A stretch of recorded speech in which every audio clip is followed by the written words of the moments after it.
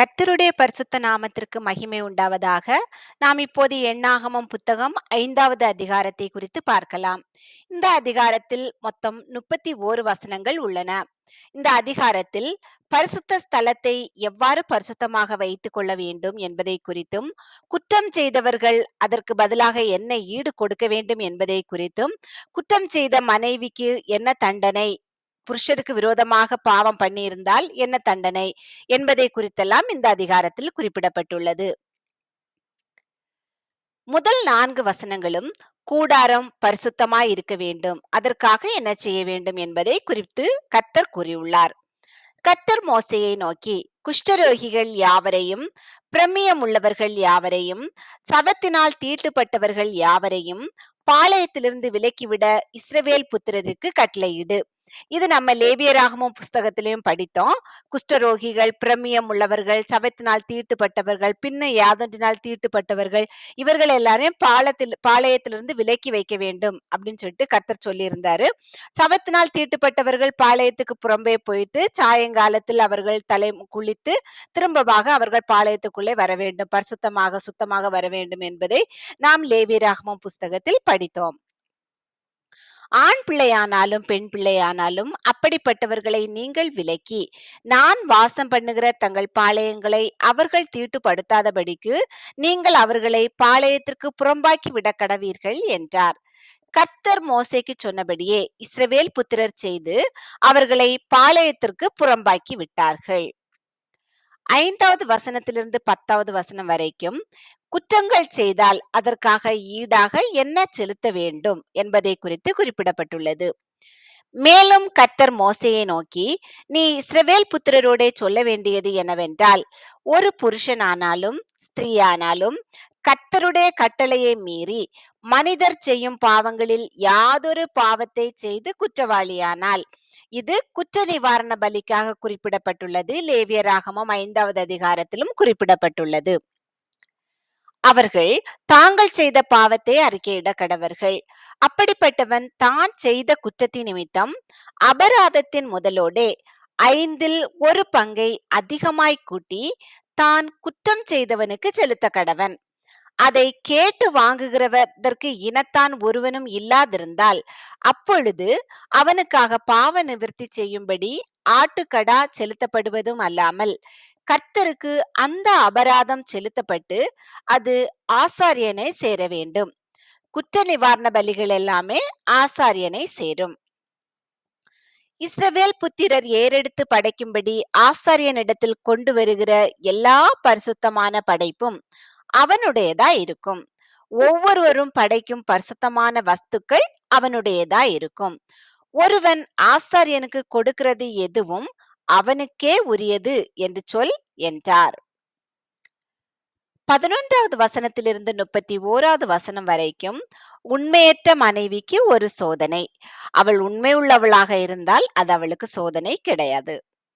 கர்த்தர் மோசேயை நோக்கி, நீ இஸ்ரவேல் புத்திரருக்கு சொல்ல வேண்டியது என்னவென்றால், ஒருவனுடைய மனைவி பிறர் முகம் பார்த்து புருஷனுக்கு துரோகம் பண்ணி ஒருவனோட சம்யோகமாய் சயனித்திருந்த விஷயத்தில் அவள் தீட்டுப்பட்டவளாய் இருந்தும் அவளுடைய புருஷன் கண்களுக்கு அது மறைக்கப்பட்டு வெளிக்கு வராமல் இருக்கிற போதும், சாட்சி இல்லாமலும் அவள் கையும் களவுமாக பிடிக்கப்படாமலும் இருக்கிற போதும், எரிச்சலின் ஆவி அவன் மேல் வந்து, அவன் மேலுன்னா அவளுடைய புருஷன் மேல் வந்து, அவன் தன்னுடைய மனைவி தீட்டுப்படுத்தப்பட்டிருக்க தீட்டுப்படுத்தப்பட்ட தன் மனைவியின் மேல் குரோதம் கொண்டிருந்தாலும், அல்லது அவன் மனைவி தீட்டுப்படுத்தப்படாதிருக்க எரிச்சலின் ஆவி அவன் மேல் வந்து அவன் அவள் மேல் குரோதம் கொண்டிருந்தாலும், அந்த புருஷன் தன் மனைவியை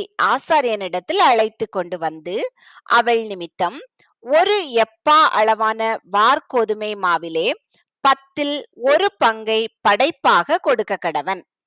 அது எரிச்சலின் காணிக்கையும் அக்கிரமத்தை நினைப்பூட்டும் காணிக்கையுமாய் இருப்பதினால் அதன் மேல் எண்ணெய் வார்க்காமலும் தூபவர்க்கம் போடாமலும் இருப்பானாக.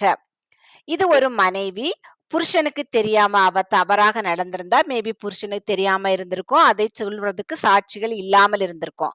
அந்த நேரத்துல புருஷனுக்கு அவளுக்கு மேல ஒரு எரிச்சல் வந்து, அவன் மேல இது குரோதம் கொண்டான்னா, கோபப்பட்டான்னா, கடினம் கொண்டான்னா, இல்லைன்னா அவ தப்பே பண்ணியிருக்க மாட்டா. இருந்தாலும் அவனுக்கு ஒரு சந்தேகம் வந்திருந்ததுன்னு சொன்னா, அவன் இந்த எரிச்சலின் காணிக்கையை ஆசாரியனிடத்தில் கொண்டு வரணும். இந்த எரிச்சலின் காணிக்கை என்னன்னா, ஒரு அப்பா அளவான வார்கோதுமை மாவுல 10ல் 1 பங்கு. ஒரு எப்பாவுல 10ல் 1 பங்கு வார்கோதுமை மாவ அவன் கொண்டு குடுக்கணும். ஆனா அதுல வந்து எண்ணெய் வார்க்க கூடாது, தூப வர்க்கம் போடக்கூடாது. லேவியராகமத்திலயும் படித்தோம். குற்ற நிவாரண பலிகள்ல வந்து எண்ணெய் வார்க்க மாட்டாங்க, தூப வர்க்கம் போட மாட்டாங்க.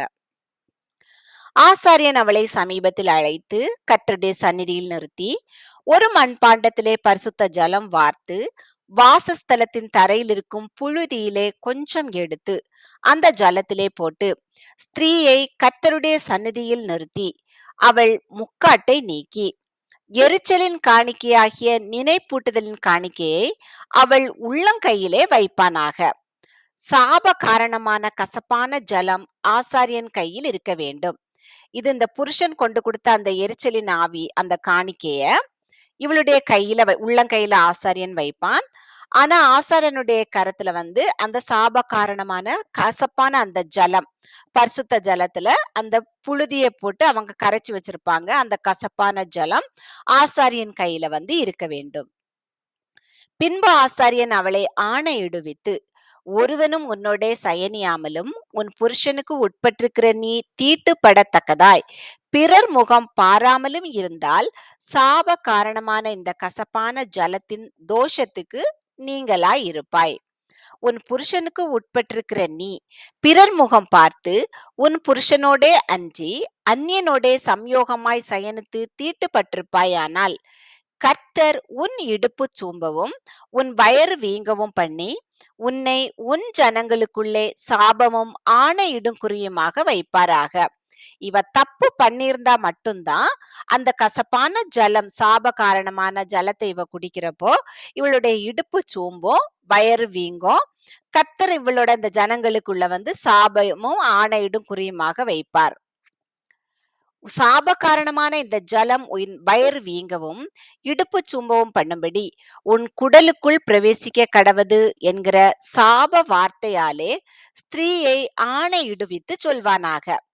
அதற்கு அந்த ஸ்திரீ ஆமேன் ஆமேன் என்று சொல்ல கடவள். பின்பு ஆசாரியன் இந்த சாப வார்த்தைகளை ஒரு சீட்டில் எழுதி அவைகளை கசப்பான ஜலத்தினால் கழுவி போட்டு, சாப காரணமான அந்த கசப்பான ஜலத்தை அவள் குடிக்கும்படி பண்ணுவான். அப்பொழுது சாப காரணமான அந்த ஜலம் அவளுக்குள் இறங்கி கசப்பாகும். பின்பு ஆசாரியன் எரிச்சலின் காணிக்கையை அந்த ஸ்திரீயின் கையிலிருந்து வாங்கி அதை கர்த்தருடைய சந்நிதியில் அசைவாட்டி பீடத்தின் மேல் செலுத்தி, ஞாபகக்குறியாக அதிலே ஒரு கைப்பிடி நிறைய எடுத்து பீடத்தின் மேல் தகனித்து, பின்பு ஸ்திரீக்கு அந்த ஜலத்தை குடிக்கும்படி கொடுக்க கடவன். அந்த ஜலத்தை குடிக்கச் செய்த பின் சம்பவிப்பதாவது, அவள் தீட்டுப்பட்டு தன் புருஷனுக்கு துரோகம் பண்ணியிருந்தால், சாப காரணமான அந்த ஜலம் அவளுக்குள் பிரவேசித்து கசப்பு உண்டானதினால் அவள் வயறு வீங்கி அவள் இடுப்பு சோம்பும். இப்படியே அந்த ஸ்திரீ தன் ஜனங்களுக்குள்ளே சாபமாக இருப்பாள். அந்த ஸ்திரீ தீட்டுப்படாமல் சுத்தமாயிருந்தால் அவள் அதற்கு நீங்களாகி கர்ப்பம் தரிக்கத்தக்கவளாய் இருப்பாள். அவ சுத்தமா இருந்தா அவ வயிறு வீங்காது, இடுப்பு சூம்பி போகாது, அவ கர்ப்பம் தரிக்கத்தக்கவளாய் இருப்பாள். ஒரு ஸ்திரீ தன் புருஷனோடே அன்றி அந்நிய புருஷனோடே சேர்ந்து தீட்டுப்பட்டதினால் உண்டான எரிச்சலுக்கும், புருஷன் மேல் எரிச்சலின் ஆவி வருகிறதினால் அவன் தன் மனைவியின் மேல் அடைந்த சமுசயத்துக்கும் அடுத்த பிரமாணம் இதுவே. அவன் கர்த்தருடைய சந்நிதியில் தன் மனைவியை நிறுத்துவானாக. ஆசாரியன் இந்த பிரமாணத்தின் படியெல்லாம் அவளுக்கு செய்ய கடவன். புருஷனானவன் அக்கிரமத்திற்கு நீங்களாயிருப்பான். அப்படிப்பட்ட ஸ்திரீயோ தன் அக்கிரமத்தை சுமப்பாள் என்று சொல் என்றார். இந்த அதிகாரத்துல பொதுவா நம்ம பார்த்தது, அந்த கூடாரமானது ஆசரிப்பு கூடாரம், அந்த பரிசுத்த ஸ்தலம், கர்த்தர் பரிசுத்தரா இருக்கிறது போல பரிசுத்தமா இருக்கணும்.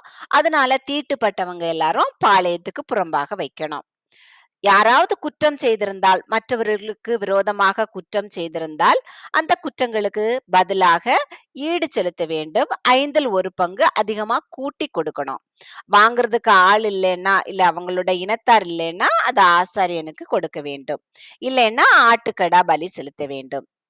உண்மையற்ற மனைவிக்கு ஒரு சோதனையாக, இல்லைன்னா அவள் உண்மையுள்ளவளாக இருந்தாலும், அந்த சோதனையில் அவள் வெற்றி பெறுபவளாக காணப்படுகிற காரியத்தையும் குறித்து நம்ம பார்த்தோம்.